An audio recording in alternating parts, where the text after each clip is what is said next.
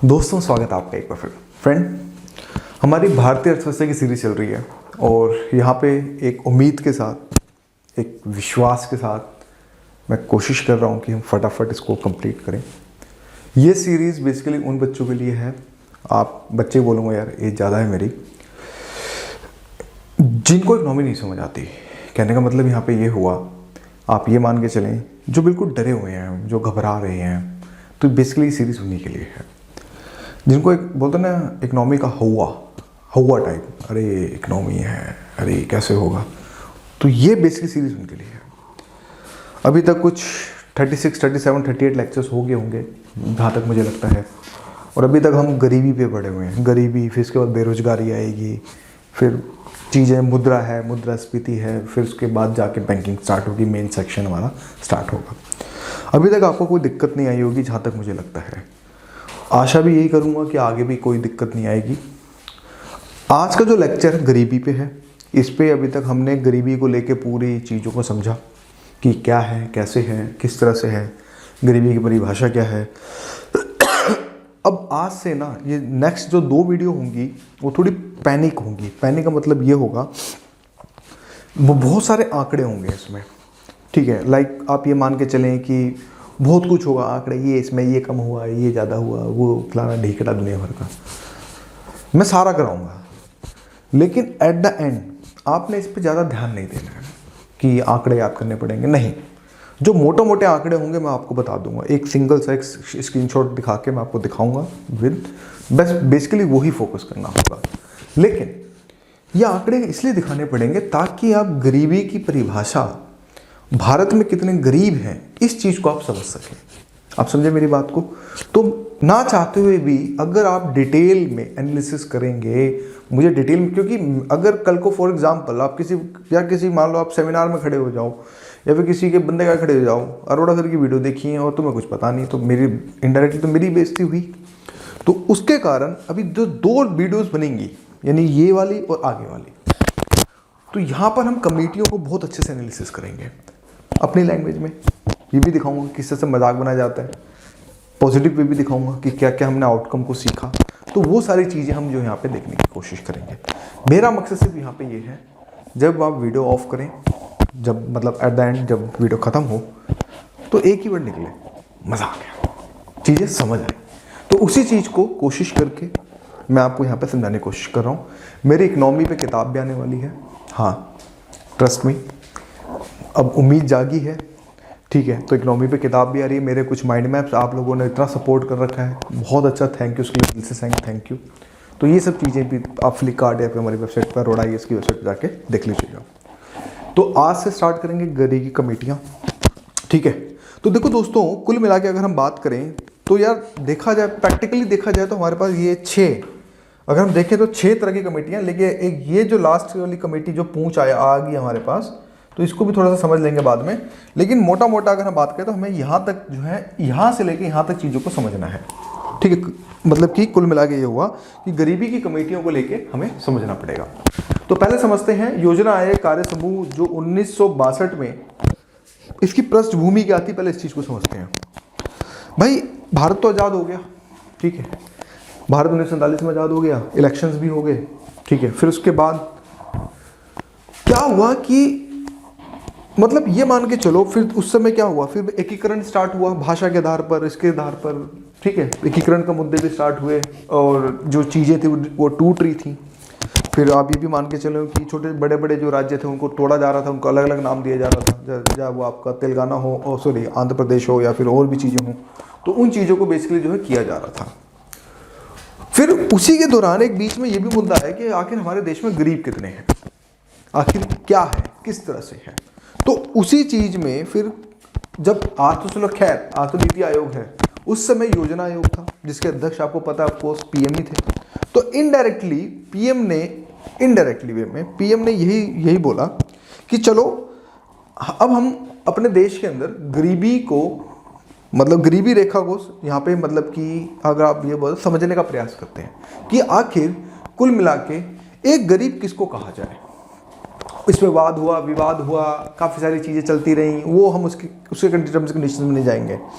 लेकिन हमें कुल मिला के ये पता चला कि 1962 में जिस समय चाइना के साथ हमारा युद्ध था और हमारी इंडियन आर्मी ने बहुत तगड़ा प्रयास किया काउंटर करने का, लेकिन असला ना पहुंचना, चीज़ें ना पहुंचना, जिसके कारण हम युद्ध सच में हार गए थे, जिसके कारण अक्साई चीन पे हमला और वो नाफा वाला जो स्टेट है अरुणाचल प्रदेश वाला, वो भी थोड़ा सा कहीं ना कहीं खतरे में हमें देखने को मिला था।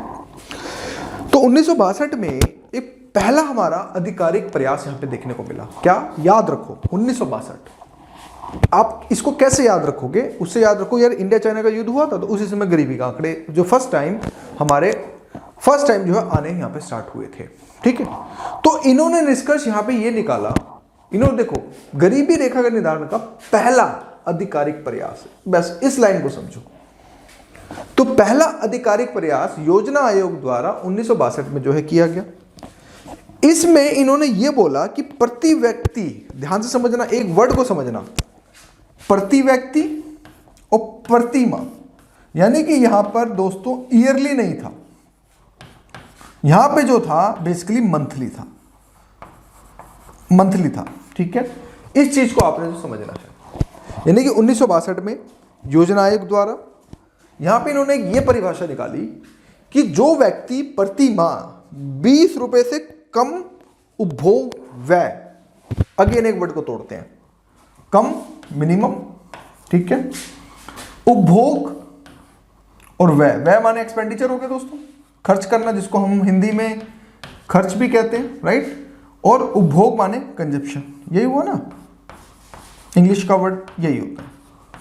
इन्होंने बोला जो आदमी मिनिमम, ठीक है, मिनिमम प्रति माह अगर 20 रुपए से कम खर्च करता है तो उसको हम गरीबी रेखा जो बेसिकली जो हम मानेंगे। समझे मेरी बात को? यानी कि 1962 के अंदर, दोबारा मेरे साथ बोलो, कि पहला आंकड़ा हमारे पास आधिकारिक तौर पे आया 1962 में योजना आयोग के द्वारा। इसने हमें एक बात सिखाई कि जब 20 रुपए प्रति माह से जो बंदा कम कमाएगा, मतलब कम उपभोग करेगा, क्योंकि हमारे सारे आंकड़े उपभोग पे ही हैं, कंजप्शन पे ही हैं, हम कमाते हैं कितना, इस पे नहीं बात करी जा रही है, यहां पर यह बात है कि कितना हम खर्च कर रहे हैं प्रति माह। ये बोलते हैं कि 20 रुपए प्रति माह, यानी प्रतिदिन के हिसाब से अगर हम निकालें तो कुछ 0.88 समथिंग, अभी 0.80 समथिंग कुछ होगा अप्रोक्स, मैं बात कर रहा हूं। तो 20 रुपए प्रति माह, तो ईयरली कितना हुआ भाई? 20 को 12 से गुणा कर दोगे, यही हुआ ना, तो 12 दूनी 240 रुपए ईयरली मतलब यहाँ पे एनुअल हो गया, यानी कि प्रति वर्ष हो गया, यही हुआ भाई, यानी कि 240 रुपए प्रति वर्ष योजना आयोग ने आंकड़े निकाले। अगर हम प्रति वर्ष की अगर बात करें तो भाई यही हुआ, कंडीशन यही थी, यही चीजें हम सीख रहे हैं ना इस चीज से। तो 240 रुपए कुल मिला के जब ईयरली मतलब देखने को हमें मिला, तो ये बोलते हैं कि भाई अगर जो बंदा 240 रुपए साल का जो खर्च इससे नीचे अगर मतलब कि नहीं कर पाता है, तो उसको हम मतलब कि गरीबी रेखा के आंकड़े, यानी कि मिनिमम 240 रुपए साल का और 20 रुपए प्रति माह, यानी कि वो आदमी, उस समय दोस्तों सैलरी में भी कम होती थी। अगर हम 1962 की बात कर रहे हैं, यानी कि आज से अब 2022 चल रहा है, तो इसका मतलब आप समझ सकते हैं कि करीब 60 साल पहले, तो 60 साल पहले अगर हम देखें तो उस समय बहुत पैसे थे, मतलब कुल मिला के तो ठीक था, मतलब कुल मिला के। तो ये एक आंकड़ा हमें, ये आपको पीटी ओरिएंटेड फैक्ट है, इस चीज को आपने याद रखना है। पीटी में ये फैक्ट पूछा जा सकता है, इसके आगे स्टार लगा लेना कि हो सकता है पीटी ओरिएंटेड में ये फैक्ट पूछा जा सके, तोड़ मरोड़ के, घुमा फिरा के, या फिर आपको ये आंकड़ा दे दे, इस पे लाने के लिए कोशिश करे, या फिर यहां पे प्रति व्यक्ति उपभोग की जगह कुछ और डाल दे। देखो कहां से क्वेश्चन बन सकता है, या तो कम उपभोग व्यय की जगह कोई और टर्मिनोलॉजी ले जाए, पहला आधिकारिक की जगह द्वितीय कर दे, या फिर यहां पे प्रति व्यक्ति की जगह प्रति परिवार कर दे।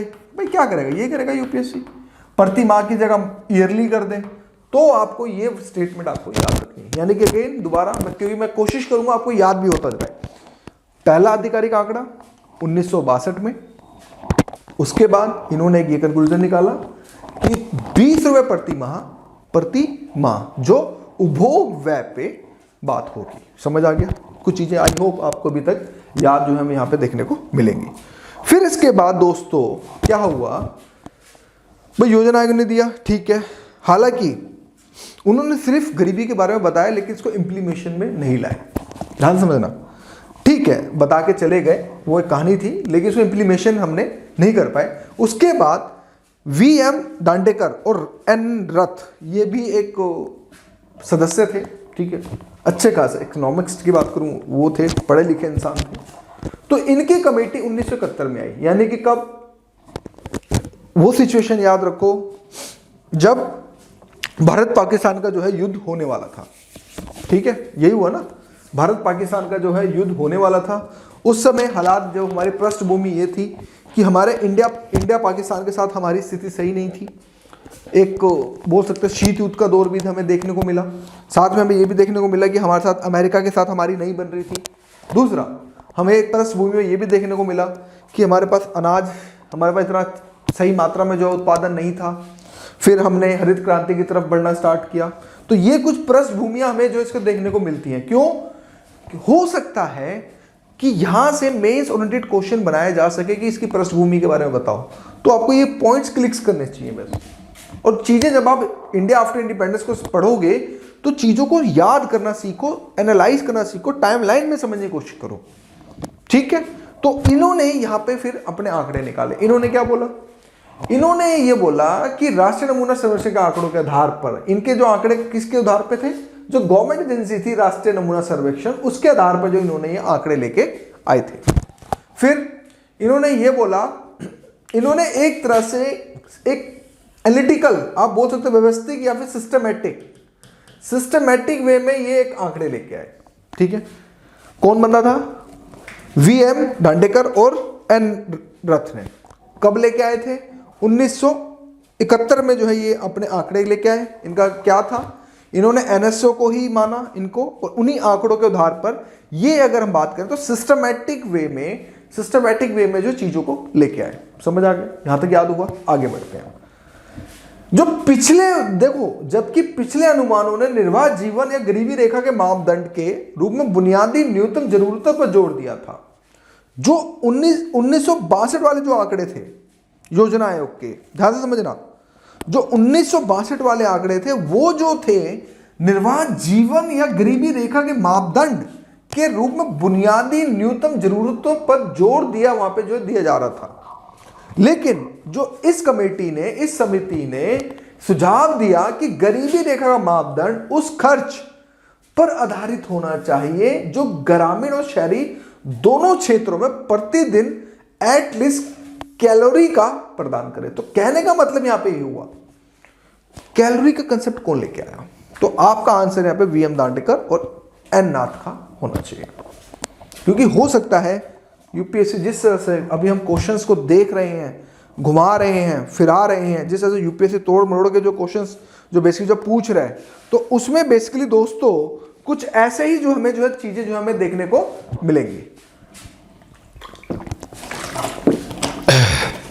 तो हमें यह पता चला कि पहले 1962 में जो चीजें थी वो बिल्कुल बुनियादी चीजों पे बात करी जा रही थी कि हाँ इतना होना चाहिए मिनिमम। कहने का मतलब ये हुआ कि इतना तो बस मिनिमम होना ही चाहिए। लेकिन इन्होंने 1971 में इन्होंने व्यवस्थित तौर पर आंकड़े निकालने स्टार्ट किए। तो जब इन्होंने व्यवस्थित तौर पर आंकड़े स्टार्ट किए, इन्होंने एनएसओ को आंकड़ों को निकाला, उसको एनालिसिस किया, सिस्टमैटिक वे में डाला, और इन्होंने ये बोला कि इन्होंने ये सुझाव दिया कि गरीबी रेखा का मापदंड उस खर्च पर आधारित होना चाहिए जो ग्रामीण और शहरी दोनों क्षेत्रों में प्रतिदिन कम से कम इतनी कैलोरी प्रदान करता हो। यानी कि इन्होंने गरीबी रेखा को कैलोरी के बेस पे जो चीजों को संभाला कि हाँ एटलीस्ट चाहे आदमी कितना भी खर्च करे, मिनिमम 2250 कैलोरी मिनिमम जो है प्रदान यहाँ पे जो है करना चाहिए। तो कहने का मतलब ये हुआ कि यहाँ पर जो आंकड़े आए वो यहाँ पर कैलोरी को लेके हमें सबसे ज्यादा जो है देखने को मिले। समझ आया? दो कमेटी कराई, एक ने बोला प्रति माह, इसने बोला प्रतिदिन, लेकिन इसका जो कंसेप्ट था वो कैलोरी पे था। ठीक है, कैलोरी मतलब जिससे हमें एनर्जी मिलती है। कैलोरी का मतलब क्या होता है भाई? अब जैसे हम फूड खाते हैं, मतलब आप कुछ दाल रोटी खाते हो तो उससे क्या मिलता है? एनर्जी मिलती है। तो एनर्जी को नापते हैं कैलोरी से। तो इन्होंने यही बात करी कि इतना मिनिमम होना चाहिए। हालांकि इन्होंने ग्रामीण और शहरी में डिफ्रेंशिएट नहीं किया, इन्होंने दोनों ग्रामीण और शहरी को एक ही समान रखा कि 2250 कैलोरी मिनिमम होनी चाहिए। आगे जो कमेटियां आई उन्होंने फिर बोला कि ग्रामीण के लिए इतना, शहरी के लिए इतना। ग्रामीण के लिए ज्यादा इसलिए 2400 कैलोरी इसलिए रखा गया क्योंकि ग्रामीण के जो लोग होते हैं वो थोड़े से उनको ज्यादा हार्डवर्क करना होता है, और शहरी जैसे हम जैसे लोग हैं हमें थोड़ा कम हार्डवर्क करना पड़ता है, तो इसलिए उसको फिर 2100 कैलोरी के ऊपर रखा। वो हम आगे अभी आने वाले टाइम में डिस्कस करेंगे। चीजें समझ आई? हमने दो चीजें देखी 1962 वाली, दोबारा से याद कराता हूं क्योंकि मेरा टारगेट है कि कोशिश ये होनी चाहिए कि आप यहां पे याद भी कर सकें। 1962 प्रति माह, राइट, 20 रुपए यहां पे आते हैं इन्होंने, और वो जो आंकड़े थे वो मिनिमम बेसिक बुनियादी आंकड़े थे, मतलब मिनिमम इतना होना ही चाहिए। ठीक है, यहां पर क्या हुआ, कैलोरी को लेके आए, इन्होंने 2250 कैलोरी कर दी, और साथ में इनके सिस्टमैटिक आंकड़े थे, और ये 1971 में जो इनके आंकड़े आए थे, इनकी पृष्ठभूमि भी पता चल गई। वो 1962 इंडिया चाइना युद्ध के टाइम, ये इंडिया पाकिस्तान के युद्ध के टाइम, मतलब ये आंकड़े आए। तो कहीं ना कहीं दोनों में समानता क्या दिख रही है, कहीं ना कहीं हमें जो है वॉर हमें जो है देखने को मिल रहा है। फिर इंदिरा गांधी इसके बाद बहुमत में आई, वो एक अलग कहानी है। तो आपने देखा कि इनमें अगर सिमिलैरिटीज देखें, हो सकता है एनालिसिस करके ये पता चल जाए कि यूपीएससी क्वेश्चन पूछे भाई इन दोनों में समानता है, हमें क्या देखने, उस समय पृष्ठभूमि में क्या समानता देखने को मिली, तो कहीं ना कहीं हमें वॉर की सिचुएशन हमें जो है देखने को मिली थी। वहां पे इंडिया चाइना के साथ वॉर था, यहाँ पे इंडिया पाकिस्तान के साथ जो है वॉर होने वाला था। ठीक है, नेक्स्ट चलते हैं। फिर दोस्तों एक आई 1979 में अलग समिति, अलग जो थे वाई के अलग इनका नाम था। ठीक है, इनका नाम क्या था दोस्तों, वाई के अलग। ये नाम आप जो है बेसिकली जो है याद रखें। ठीक है, वाई के अलग जो है इनका बेसिकली जो है नाम हमें जो देखने को यहाँ पे मिलता है। इनके निर्देशन में अगेन योजना, ये जो कमेटी थी दोस्तों, ये भी जो थी योजना आयोग द्वारा ही थी। ठीक है, ये जो थी योजना आयोग द्वारा ही जो हमें कमेटी जो है देखने को यहाँ पे मिलती। इन्होंने टास्क फोर्स, अब देखो टास्क फोर्स का मतलब दोस्तों यहाँ पे कुछ नहीं होता, जैसे ये समझो कि एक समिति जो है जो तुरंत त्वरित तौर पे जो है देगी, तो वो उसको हम टास्क फोर्स, मतलब एक टास्क दे दिया उनको, ठीक है, एक तरह से मतलब टास्क दे देना, तो उसको हम टास्क फोर्स के तौर पर हम समझते हैं। इन्होंने ये बोला कि पोषण संबंधित आवश्यकताओं और संबंधित उपभोग व्यय के आधार पर ग्रामीण और शहरी, ठीक है, क्षेत्रों के गरीबी रेखा का निर्माण किया। तो कुल मिलाकर हमें यह पता चला कि जो 1971 में जो कमेटी आई थी, जिन्होंने 2250 कैलोरी के बारे में ये बोला कि ग्रामीण के लिए और शहरी के लिए 2250 कैलोरी होनी चाहिए, इन्होंने थोड़ा सा उसको रिफॉर्म कर दिया। जैसे इसको समझते हैं कैसे, एप्पल है भाई, 10 भी आया है, 11 भी है, अभी 12 भी आया, अब 13 आ गया, अभी तो देख रहे हो ना क्या है, 12 की जगह 13 कर दिया, थोड़ा सा कैमरा बड़ा कर दिया, थोड़ा सा ये कर दिया, थोड़ा सा हाई क्वालिटी डाल दी, यही हो गया। तो सेम अंदाजा अलग जी ने पहले वाली कमेटी से लिया, लेकिन बस थोड़े से आंकड़ों को रिफॉर्म कर दिया, यही था कुल मिला के। समझे मेरी बात को? तो हमें यह पता चला दोस्तों कि वाई के अलग के निर्देशन में योजना के द्वारा गठित हुई, इन्होंने भी संबंधित उपभोग व्यय के आधार पर ही आंकड़े दिखाए। इन्होंने यही बोला कि ग्रामीण और शहरी क्षेत्रों के लिए गरीबी रेखा का निर्माण किया, और इन्होंने आगामी वर्षों में अनुमानों को मुद्रास्फीति के मूल्य स्तर को ध्यान में रखते हुए समायोजित किया गया। कहने का मतलब यहां पे ये हुआ, इस वर्ड को समझना, इन्होंने ये बोला कि ठीक है, मैं जो भी आंकड़े दूं इतना मिनिमम होना चाहिए, और साथ में कहीं ना कहीं इसमें मुद्रास्फीति भी जुड़नी चाहिए, मतलब मुद्रास्फीति के आधार पे चीजें जो है होनी चाहिए। जिस तरह से आज के समय हमारी महंगाई, पेट्रोल है भाई, जिनके पास गाड़ियाँ होंगी मैं उस दर्द को समझ सकता हूँ। मेरे पास पूरे कार है i20, वो इतना खून पीती है i20 मेरा 1 लीटर में आई थिंक 12-13 की एवरेज है मेरी गाड़ी की, तो मैं इस फीलिंग को समझ सकता हूँ। तो उसी के जैसे अब पेट्रोल कभी 110 हो जाता है, कभी 105 हो जाता है, कभी 90 हो जाता है, कभी 95, कभी 100 हो जाता है। इलेक्शन आते हैं तो पेट्रोल का रेट कम हो जाता है, इलेक्शन जैसे खत्म हो तुरंत बढ़ जाता है, तो मैं उस दर्द को समझ सकता हूँ। तो इन्होंने ये बोला कि मुद्रास्फीति, तो भाई पेट्रोल का जब प्राइस हाई होगा, देखो जब पेट्रोल महंगा होगा तो क्या होगा, चीज़ें सारी महंगी हो जाएंगी इनडायरेक्टली। क्यों? क्योंकि ट्रांसपोर्टेशन महंगा हुआ, राइट। अगर पेट्रोल थोड़ा सस्ता हुआ, हालांकि सस्ते में भी महंगाई होगा व्यवहारिक तौर पे, बट कंक्लूजन ये होता है कि अगर सस्ता हो तो चीज़ सस्ती होंगी। लेकिन अभी सिचुएशन क्या चल रही है, चीज़ें महंगी हो रही हैं। तो मुद्रास्फीति जो हमारी बढ़ रही है। कहने का मतलब ये है कि बढ़ रही है। तो उसी कंडीशन में यहां पे हमें ये पता चला कि समायोजित जब किया जाएगा, यानी कि जो मुद्रास्फीति को यहां पर समायोजित का मतलब होता है दोस्तों एडजस्टमेंट। क्या होता है? एडजस्टमेंट। इसको लिख लेना यहां पे, मतलब कि मुद्रास्फीति को लेके एडजस्ट किया जाएगा। और इन्होंने ये चीज निकाली कि कैलोरी ग्रामीण क्षेत्रों में 2400 कैलोरी वाले बंदा डेली बेसिस पे इतना इसको लेना पड़ेगा। अगर इससे नीचे की कैलोरी ले रहा है तो वो बंदा जो है कुल मिला के अगर बात करें तो गरीब माना जाएगा। और इन्होंने शहरी क्षेत्र में 2100 कैलोरी को लेके आए। इन्होंने ये बोला कि 2100 कैलोरी से अगर नीचे, मतलब अगर कोई बंदा शहरी क्षेत्र से मतलब नीचे लेके आता है तो उसको बेसिकली जो गरीब माना जाएगा। आप मेरी बात को समझे? तो इन्होंने ये तो चीजें बता दी कि ठीक है भाई 2400 2100 का रिफॉर्म कर दिया, जैसे मैंने आपको एग्जांपल बताया एप्पल का, तो उसी के जैसे इन्होंने ये रिफॉर्म तो कर दिया। साथ में न्यूनतम उपभोग व्यय रुपए प्रति माह, व्यक्ति प्रति माह, ठीक है भाई 49 और ये 56 रुपीज, ये कुछ इन्होंने ये आंकड़े दिए कि इतना, मतलब ये देखो ये आंकड़े याद करने की जरूरत नहीं है, जस्ट एक एनालिसिस बता रहा हूं कि क्या है, किस तरह से है, क्योंकि कमेटियां सर के ऊपर से निकल जाती हैं। मैं अपने हिसाब से इसको धीरे धीरे टुकड़ों में समझाने की कोशिश कर रहा हूं। तो समझे मोटा मोटा क्या हुआ? मोटा मोटा ये वो 1962 पे आज चलते हैं ताकि चीजें याद कराऊं। 1962 में हमें यह पता चला कि 20 रुपए प्रति माह थी। ये भाई ये थी नहीं थी, उपभोग व्यय पे था, योजना आयोग लेके आया। फिर उसके बाद 1971 में चीजें आई, 1971 में धरजी लेके आए, ठीक है। उसके बाद हमें यह पता चला कि उन्होंने 2250 कैलोरी के बारे में हमें एक सिद्धांत देके गए, ठीक है। इसमें अलग समिति आई, अलग समिति ने 2100 और 2400 को माना। तो बेसिकली योजना आयोग ने इनकी जो गरीबी रेखा को इसको माना कि भाई ठीक है, जो बंदा 2400 से नीचे करेगा और जो बंदा 2100 से करेगा तो कुछ समय तक हमारी गरीबी रेखा इसी मानकों पे चलती रही। इसका क्रिटिकल एस्पेक्ट्स ये देखें तो क्रिटिकल एस्पेक्ट्स में ये पता चलता है कि इससे मजाक किया गया। इन्होंने ये बोला कि आदमी सिर्फ खाएगा ही क्या, पहनता नहीं क्या कपड़े, भाई और भी खर्चे होते हैं। बच्चा है तो उसका दूध का खर्चा कहाँ जाएगा, उसके कपड़े खर्चा कहाँ है, मेडिसिन के खर्चे कहाँ जाएंगे, जो एक्सटर्नल चीजें थी सारी वो उसमें इंक्लूड नहीं करी गई। ये बोलता है क्रिटिकल एस्पेक्ट्स। इसकी आलोचना जो होती है इसी चीज को लेके होती है कि सिर्फ ये तो बात खाने को लेके हुई, भाई आदमी को खाने के अलावा भी बहुत सारी चीज, क्योंकि मनुष्य एक सामाजिक प्राणी है, तो सामाजिक है तो अभी समाज के अंदर कपड़े भी पहनेगा, साइकिल भी चाहिए, एटलीस्ट घोड़ा गाड़ी नहीं तो साइकिल तो चाहिए इधर उधर जाने के लिए, साथ में और भी चीज़ें हैं, बीमार पड़ता है तो उसके लिए भी चीज़ें चाहिए, मनोरंजन के साधन भी चाहिए, तो वो सारी चीज़ें, शिक्षा है, स्वास्थ्य है, ये सारी चीज़ों के ऊपर इस चीज़ को लेके, इस आंकड़ों के ऊपर लेके कोई बात नहीं करी गई थी अलग समिति में।